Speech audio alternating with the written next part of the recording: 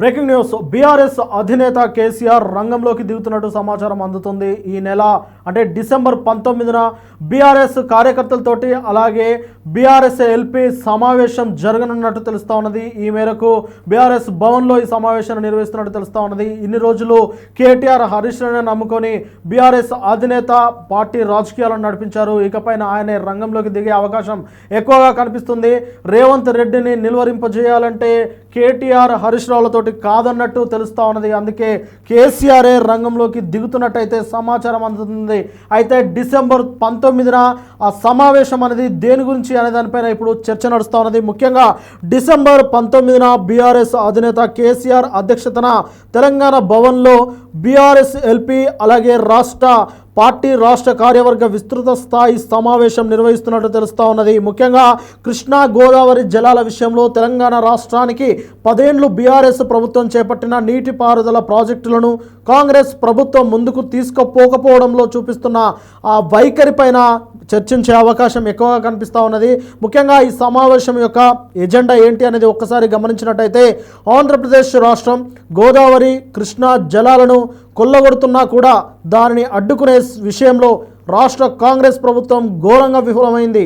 ఇటువంటి సందర్భంలో తెలంగాణ ప్రజల రైతాంగ సాగునీటి హక్కులను కాపాడుకోవడానికి మరో ప్రజా ఉద్యమం తప్పదని భావించడం జరుగుతున్నదని కేసీఆర్ భావిస్తున్నట్టు తెలుస్తూ ఉన్నది. ఇందులో భాగంగా తదుపరి నిర్మించబోయే తెలంగాణ ప్రజా ఉద్యమాలకు సంబంధించి పార్టీ విస్తృత స్థాయి సమావేశంలో లోతుగా చర్చించే అవకాశం కనిపిస్తూ ఉన్నది. అలాగే పాలమూరు రంగారెడ్డి ఎత్తిపోతల ప్రాజెక్టుకు గత బీఆర్ఎస్ ప్రభుత్వం 90 టీఎంసీలు కేటాయిస్తే కాంగ్రెస్ ప్రభుత్వం ఇప్పుడు కేవలం 45 టీఎంసీలు ఇస్తే చాలు అని కేంద్రం ముందు కేంద్రం ముందు చెప్పడము ఏంటి అనేది దానిపైన చర్చించే అవకాశం కనిపిస్తూ ఉన్నది. అలాగే రాష్ట్ర నీటిపారుదల శాఖ మంత్రి ఉత్తమ్ కుమార్ రెడ్డి 45 టీఎంసీలకు అంగీకరిస్తూ కేంద్రం వద్ద మోకరిల్లి రావడం రాష్ట్ర రైతాంగ ప్రయోజనాలను తాకట్టు పెట్టడమే అని బీఆర్ఎస్ పార్టీ అయితే భావిస్తూ ఉన్నది. మొదటి ఫేజ్లో కొనసాగుతున్న పాలమూరు ఎత్తిపోతల పథకం రెండవ ఫేజు ఎంతవరకు పూర్తయిందో చెప్పాలి అనే దానిపైన కాంగ్రెస్ ప్రభుత్వంపై ఒత్తిడి తీసుకొచ్చే చర్చ సాగే అవకాశం కనిపిస్తూ ఉన్నది. అలాగే తెలంగాణ రాష్ట్రానికి ముఖ్యంగా పాలమూరు రంగారెడ్డి నల్గొండ ప్రజల రైతాంగ ప్రయోజనాలు దెబ్బతింటున్న నేపథ్యంలో తెలంగాణ రాష్ట్రం నుంచి 8 మంది బీజేపీ ఎంపీలు ఉండి కూడా ఒక్కరూ మాట్లాడినా పాపాన పోవట్లేదు. దీనిపైన చర్చించే అవకాశం కనిపిస్తూ ఉన్నది.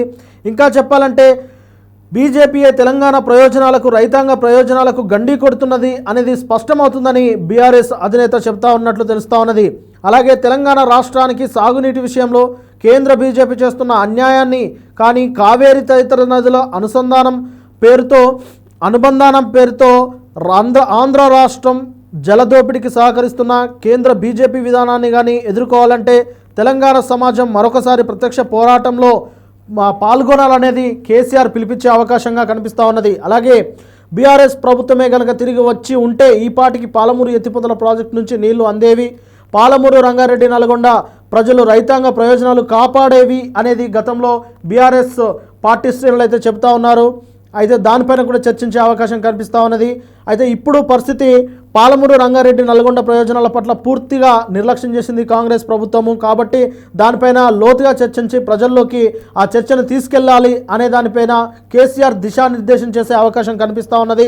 అలాగే 2 ఏళ్లు గడిచినా కూడా తెలంగాణ రాష్ట్ర రైతాంగ ప్రయోజనాలను నిర్లక్ష్యం చేస్తున్న కాంగ్రెస్ ప్రభుత్వంపై ఇంకా తెలంగాణ సమాజం మౌనంగా ఉన్నదని, దీన్ని ఖచ్చితంగా తెలంగాణ క్షేత్రస్థాయిలోకి ఏదైతే ఆ భావజాలాన్ని తీసుకెళ్లాల్సిన అవసరం ఉన్నది. తద్వారా కాంగ్రెస్పై ప్రజల నుంచి క్షేత్రస్థాయి నుంచి ఒత్తిడి తీసుకురావాల్సిన ఆవశ్యకత ఏర్పడింది అన్న విషయాన్ని బీఆర్ఎస్ అధినేత బీఆర్ఎస్ శ్రేణులకు చెప్పే అవకాశం కనిపిస్తూ ఉన్నది. అలాగే పాలమూరు రంగారెడ్డి ఎత్తిపోతల ప్రాజెక్టుకు కృష్ణా జలాలలో కేవలం 45 టీఎంసీలు ఒప్పుకోవడం అనేది ఇది దుర్మార్గమైన ఆలోచనగా బీఆర్ఎస్ పార్టీ భావిస్తూ ఉన్నది. కాబట్టి దాన్ని ప్రజల్లోకి తీసుకెళ్లాలి అని చెప్పేసి కేసీఆర్ దిశానిర్దేశం చేసే అవకాశం ఉన్నది. అలాగే సాగునీరు తెలంగాణ రైతాంగ ప్రయోజనాలను కాపాడే విషయంలో బీఆర్ఎస్ పార్టీ రాజీ పడదు అన్న విషయాన్ని కూడా తెలంగాణ ప్రజలకు అందించాలని కేసీఆర్ చెప్పే అవకాశం కనిపిస్తూ ఉన్నది.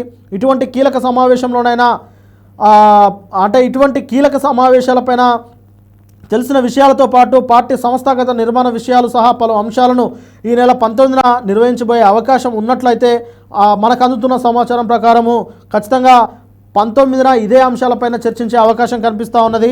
అయితే తెలంగాణ సాగునీటి ప్రాజెక్టుల నిర్వహణ, పాలమూరు రంగారెడ్డి ఎత్తిపోతల నిర్మాణం, జలాల కేటాయింపు, అలాగే గోదావరి కృష్ణ జలాల విషయంలో ఆంధ్ర జల దోపిడీపైన పోరాడేందుకు ఒక ఉద్యమ స్వరూపాన్ని సమావేశంలో శ్రీకారం చుట్టాలే అనే దానిపైన కేసీఆర్ ప్రసంగించే అవకాశం ఎక్కువగా కనిపిస్తూ ఉన్నది.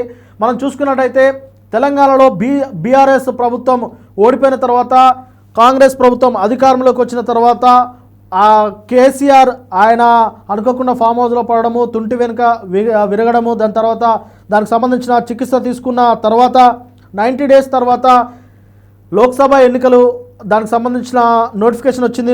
లోక్సభ ఎన్నికలకు ఆయన ప్రచారాన్ని చేయడానికి ముందు ఒక మీటింగ్ నల్గొండలో నీటి పారుదలకు అంటే నీటి సంరక్షణ పైన అంటే నీటికి సంబంధించిన ఒక ప్రాజెక్టు ఒక ఉద్యమం చేయాలనే దాంతో అదే నినాదంతో నల్గొండ జిల్లాలో ఆయన ఒక బహిరంగ సమావేశం కూడా ఏర్పాటు చేసిన విషయం అందరికీ తెలిసిందే.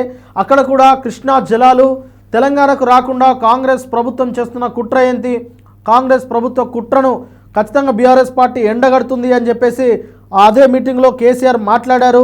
ఇక అవసరమైతే జల యజ్ఞమే ఒక యజ్ఞంగా చేసుకొని జల ఉద్యమాన్ని చేస్తూ మరొక ఉద్యమ ప్రస్తావనను తెలంగాణ రాష్ట్రంలో తీసుకొస్తూ కాంగ్రెస్ ప్రభుత్వాన్ని ఎండగట్టి కాంగ్రెస్ ప్రభుత్వాన్ని ఇక ఈ రాష్ట్రం నుంచే తరిమి కొట్టేలా ఒక పెద్ద ఉద్యమాన్ని చేపట్టాల్సిన అవసరం ఏర్పడొచ్చు అనేది ఆనాడే కేసీఆర్ చెప్పారు. కాబట్టి ఖచ్చితంగా డిసెంబర్ 19న జలం యజ్ఞంకు సంబంధించిన జల ఉద్యమానికి సంబంధించిన ఒక ప్రస్తావనని తీసుకొస్తూ ఇక కాంగ్రెస్ ప్రభుత్వాన్ని ఎండగట్టడానికి కేసీఆర్ రంగంలోకి దిగుతున్నట్లయితే చాలా క్లియర్గా అర్థమవుతా ఉన్నది.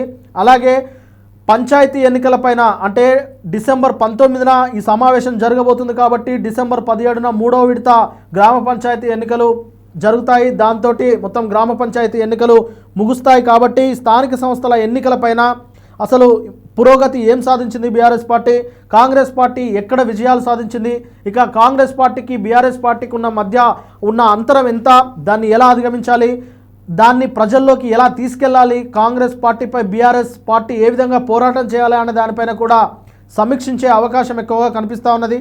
అంతేకాకుండా రాబోయే ఎంపీటీసీ జెడ్పీటీసీ ఎన్నికలపైన బీఆర్ఎస్ పైచేయి సాధించాలంటే ఏంటి వ్యూహాలు, అలాగే జిహెచ్ఎంసీ కార్పొరేషన్ ఎన్నికలపైన కూడా బీఆర్ఎస్ పైచేయి సాధించాలంటే వ్యూహాలు ఏంటి అనే దానిపైన కూడా సుదీర్ఘంగా చర్చించే అవకాశం కల్పిస్తూ ఉన్నది.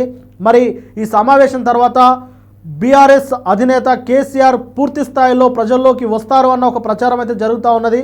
ఖచ్చితంగా ఆ సమావేశం తర్వాత కేసీఆర్ ప్రజల్లోకి వస్తారా, లేదంటే కేటీఆర్ హరీష్ రావులను నమ్ముకొని మరొకసారి ఆయన ఫామ్ హౌస్ రాజకీయ వ్యూహాలనే రచిస్తారా అనేది వేచి చూడాలి.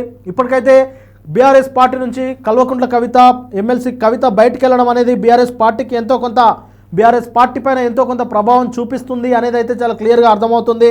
అంతేకాకుండా మాజీ మంత్రులు, ప్రస్తుత ఎమ్మెల్యేలు, మాజీ ఎమ్మెల్యేలపైన కూడా కవిత విస్తృత స్థాయిలో విరుచుకుపడతా ఉన్నది. వారి అవినీతిని బాగోతాలను బయటపెడతా అన్నట్లు ఆమె ప్రెస్ మీట్లలో ఇతర సమావేశాలు కూడా చెప్తా ఉన్నది. కాబట్టి ఇవన్నీ బీఆర్ఎస్ పార్టీకి ఎంతో కొంత నష్టాన్ని చేకూరుస్తున్నాయని బీఆర్ఎస్ అధినేత గమనించారు. కాబట్టి ఖచ్చితంగా కవితను ఎలా కట్టడి చేయాలనే దానిపైన కూడా సమావేశంలో మాట్లాడే అవకాశం ఎక్కువగా కనిపిస్తూ ఉన్నది. ఇటీవల నిరంజన్ రెడ్డి, మాజీ మంత్రి నిరంజన్ రెడ్డి, అలాగే కుకట్పల్లి ఎమ్మెల్యే కృష్ణారావు కూడా కవిత పైన విస్తృతంగా వారు కాస్త రెచ్చిపోయి మాట్లాడారు. దానికి కౌంటర్గా కవిత సైతం అదే స్థాయిలో రెచ్చిపోయి మాట్లాడారు. కాబట్టి ఇక కవిత విషయంలో బీఆర్ఎస్ పార్టీ ఎలా వైఖరించాలో అనే దానిపైన ఖచ్చితమైన ఒక ప్రణాళికను రచించే అవకాశం కనిపిస్తూ ఉన్నది. దానిపైన కేసీఆర్ ఏ విధంగా స్పందిస్తారు, అసలు కవిత విషయాన్ని పట్టించుకోవాలా వద్దా, కవిత విషయాన్ని పట్టించుకుంటే బీఆర్ఎస్ పార్టీకి ఎంతవరకు నష్టం, ఎంతవరకు లాభం అన్న దానిపైన కూడా చర్చించే అవకాశం కనిపిస్తూ ఉన్నది. ఏది ఏమైనప్పటికీ బీఆర్ఎస్ పార్టీ ఓడిపోయి 2 సంవత్సరాలు అవుతుంది. తెలంగాణ రాష్ట్రంలో కాంగ్రెస్ పార్టీ అధికారంలోకి వచ్చి 2 సంవత్సరాలు పూర్తి చేసుకుంది. కాబట్టి ఇక 2 సంవత్సరాల గడువు కాంగ్రెస్ పార్టీకి ఇచ్చాము. ఇప్పటివరకు ఏ ప్రాజెక్టులు, ఏ కొత్త నిర్మాణాలు కట్టలేదు. కాబట్టి ఖచ్చితంగా కాంగ్రెస్ పార్టీ యొక్క వైఫల్యాలను, కాంగ్రెస్ పార్టీ ఇచ్చిన హామీలను అమలు చేయకపోవడం పట్ల ప్రజల్లో ఉన్న ఏదైతే ఆ నిరాసక్తత, నిర్లక్ష్యం ఉన్నదో దానికి ఆజ్యం పోసేలా బీఆర్ఎస్ పార్టీ కొన్ని వ్యూహాలను రచిస్తూ క్షేత్రస్థాయిలో కొట్లాడే అవకాశం అయితే ఎక్కువగా కనిపిస్తుందని నిపుణులు అంటున్నారు. చూడాలి మరి డిసెంబర్ 19న బీఆర్ఎస్ భవన్లో కేసీఆర్ సమావేశం తర్వాత పార్టీలో ఎలాంటి పురోగతి రానుందో అనేది రానున్న కాలంలో తెలిసే అవకాశం కనిపిస్తూ ఉన్నది.